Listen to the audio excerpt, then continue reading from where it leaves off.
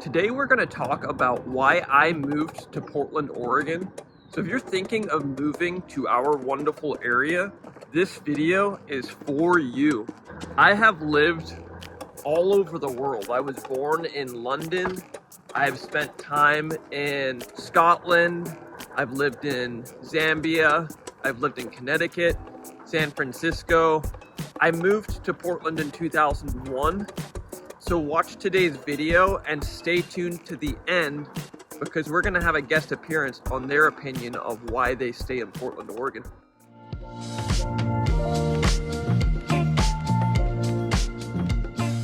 So I've lived all over the Portland map. I've lived everywhere from Vancouver, Washington to Milwaukee, Oregon.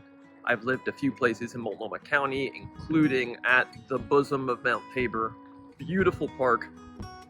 And I've also explored and seen a lot of different parts of this world.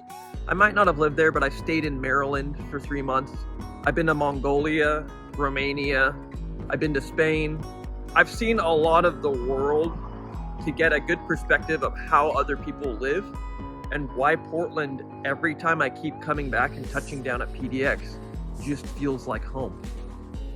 Now, the first reason that Portland just feels right and it feels like home is because it's a safe but rugged environment.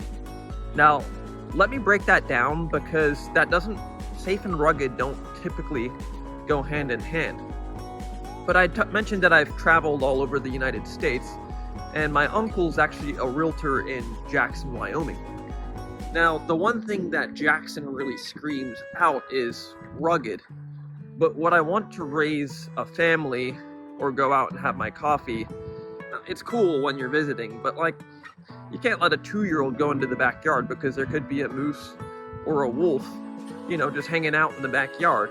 And that's something that's happened on several occasions with my uncle. And so while it's super rugged, lots of horseback riding, tons of cool snowboarding, skiing, and all of that, you can get the exact same or just a slightly tamed down version in the Portland area. And you can come back to what is like a bigger city and just have a nice fenced yard that don't have moose in them. Which, this gets me to the next point, is that I've experienced enough of the West Coast to really know that the West Coast is where I would stake my tent. Regardless of where in the United States, the West Coast is really what I call home. But the big thing about Portland is I've had brothers that have moved up to Seattle, Issaquah area. I've come down from San Francisco. I recently visited the Salinas Valley area. Look, I get the attraction to Seattle. I get the attraction to San Francisco. But the key difference about Portland and why I've remained here is that the relative affordability for staying on the West Coast has just been a bargain deal. Is it cheap? I wouldn't call it cheap. Price of living has been difficult as I've progressed. I started out as a starving artist, and being a starving artist in Portland is fun for a while, but the cost of living is still significant over here compared to some parts of the United States. So I wouldn't necessarily say that we are cheap living, but we are relatively cheap living. So I'm just going to take a small break here. We're going camping this weekend up in Mount Hood foothills. Fortunately, fires are banned because, it's July and there's wind and it's dry. But regardless, we're going to have some fun. There's a creek that the kids can splash around in. There'll be plenty of activities. So we're looking forward to a weekend of camping, and I don't want to continue walking. I just kind of want to chill with my coffee. You guys, this is just a small side note, if you guys can comment below what this mug means, if you know, then if you know, you know. If you don't, just leave it alone. But actually drinking this coffee, sitting here under the shade of this tree, just sort of reminds me of what keeps me in the Portland area. And that's really the culture, the food, the coffee, the beer. Because when you go out and you experience other cultures, you're going to go get coffee, you're going to go out and get beer. You're going to go get all the basics that you just need to survive. If beer is on that list, that's actually not funny because some people okay, you should not be drinking beer to survive, but beer's a good thing to go out and get when you're out experiencing another culture. That's your thing. So but as I was saying, like, for me, I've become a little bit of a coffee snob, a culture snob, a beer snob, and I think Portland has really instilled that in me. Having lived in the Portland area since 2001, growing up and my taste buds slowly acquiring and learning new things and learning new foods, I really have come to love the Portland beer and the Portland coffee scene. The food scene is excellent, and I would just say that as a current and former artist, I'm a realtor and many things. I've got front page photography. I've had writing selected by different magazines and stuff. I don't really care if people know about it. It's not really something that I flaunt too much. I love having a creative outlet. And I'd say that the one thing about living in Portland is you have that creative outlet where you have other like-minded individuals, where you're not, I don't know, it's hard to like really put words to, but like if you were to go to like just another East Coast city, like New York's got a ton of creatives, so don't get me wrong, but I've never lived in New York. I've been there a couple times, but you kind of have to like look really hard to find the creatives in other places, and I feel like in Portland, you almost have to look really hard for people that are creative, if that makes sense. Like in Portland, creativity's everywhere. There's people that are pushing the boundaries of art and culture all the time, and so as somebody that's a creative, it's really kind of pushed the boundaries of my thinking and like how I express art and stuff. It's just been kind of cool to have grown up as a part of that culture and a part of that movement. I just think Portland's been really great for that. Like, yeah, Seattle has it, San Francisco has it, but to my earlier point, like, the value to dollar for Portland is far greater, in my opinion. Like, I could go to Seattle, and I think because Portland is quote unquote the forest city, I think that beatniks and hipsters, if you want to use that word, but like, people that are kind of pushing the envelope on what it means to do art, they're always going to be in a slightly cheaper area.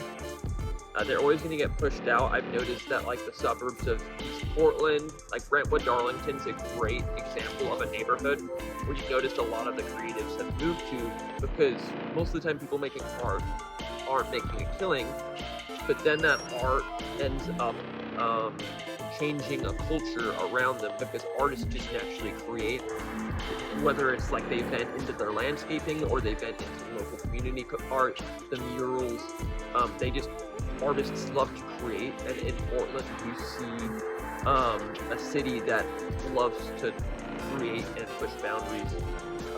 And I know that destruction and the opposite have been in the headlines a lot, but really if you come to Portland, you'll notice that we are a city of creatives, of small business entrepreneurs, forward thinking.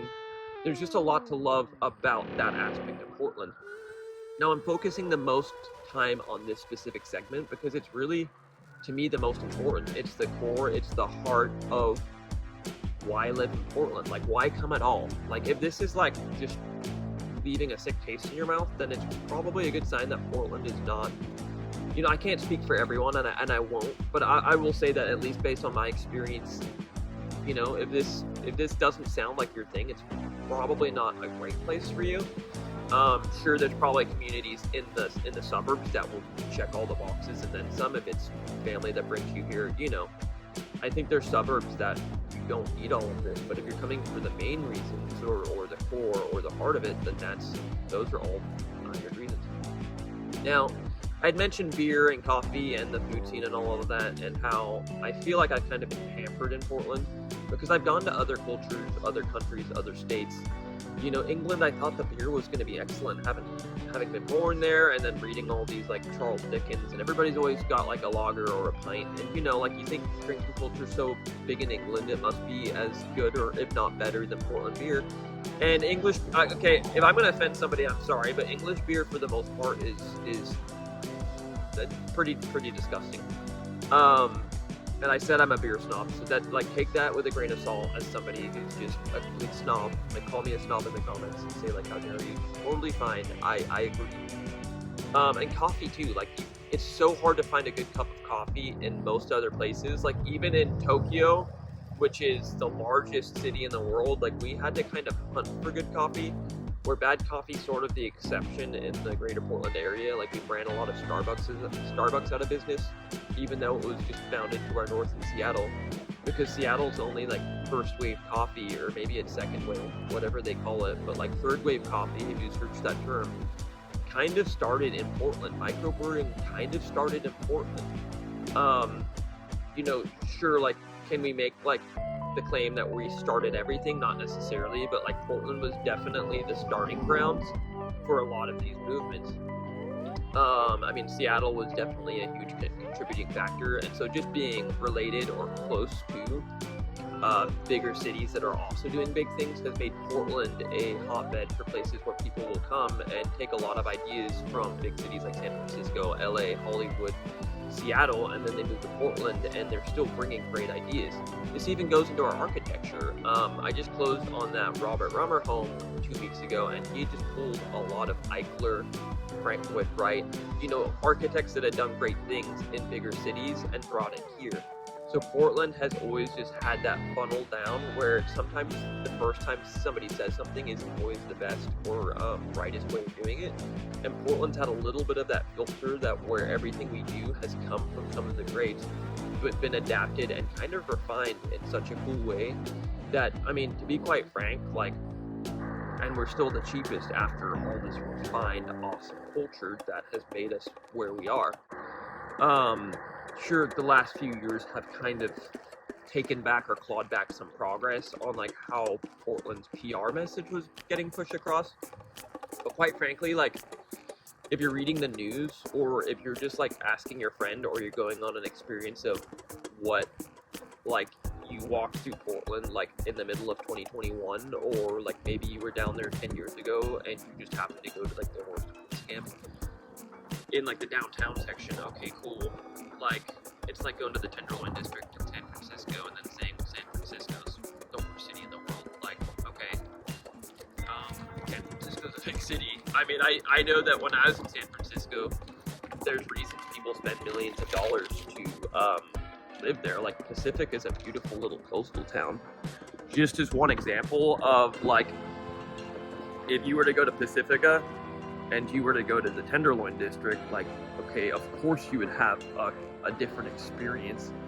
But with Portland, I just noticed that people tend to bash like half a square mile of Portland, really, because, like, sure, and then there's pockets in East Portland that you can drive around, and there's street takeovers. There are issues in Portland, but like, they just make the most negative parts the most defining parts about Portland. And, you know, I really hope that if there's one thing that you take away from this video, it's that the heart that I just mentioned is really the huge reason that people keep coming here, and it's why I came here. And this video is not even about me. Like, this video is about you and you moving and thinking about making a move. So if any of this, like, you know, sometimes you can kind of feel like you're speaking out to I'm on the internet here right now, right? And I'm speaking out to kind of the like, where are you from? Like, what are you looking to do? Like, getting to know you and what you're hoping to accomplish will also help me have that conversation with, if you're thinking about moving to Portland, drop a line down below. Shoot me an email.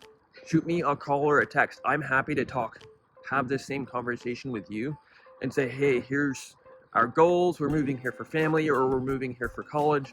We're moving here for a job opportunity. You know, I watched your video, and just reach out and say like what you're here for. You can also sign up for the headhunters list below and just give me a general overview of what you're looking for. It doesn't even have to be house related. Obviously I sell homes, but I like to think I also sell dreams and hopes. So this is my beautiful wife, Michaela. She is an interior designer and stager, and actually with every buyer that purchases a home with me, they get a free design consult to make their home theirs. So, Kyle and I have raised kids in the area. We've lived, like we had mentioned, Vancouver, Multnomah County, Clackamas. So I'm just going to ask you, what is your um, main reason for staying around Portland? Obviously, we could move quite a few different places. Like, why do we stay in Portland? Yeah, I think we stayed in Portland because our community is here and that's really important to us, but also the area is just really drivable, it's really walkable, it's really bike friendly, and it seems to us a great place to raise a family. So we stayed around in the area after we moved here for college. So. Yeah, and you came from Albany, so like, why aren't we an hour and a half south or, further down in the Willamette Valley? I think when I moved up here for college, Portland kind of hit that like love of a city that I'd never really experienced before, and I just was like, oh, I really like it here. I really like the coffee shop like vibes, I guess. Yeah, I just like that it's a smaller big town, and that feels like what we like and what our family likes. So.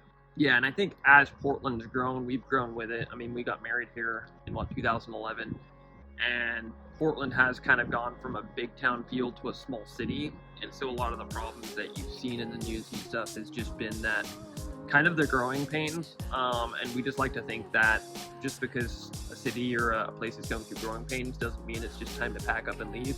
We've had friends move to Boise, we've had friends move, to all over. I mean, Kentucky, or else we've got friends that are looking at West Virginia.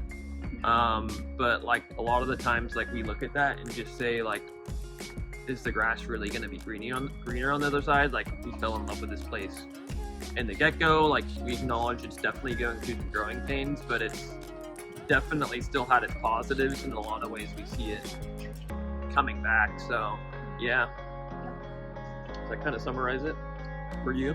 I think so. I like that.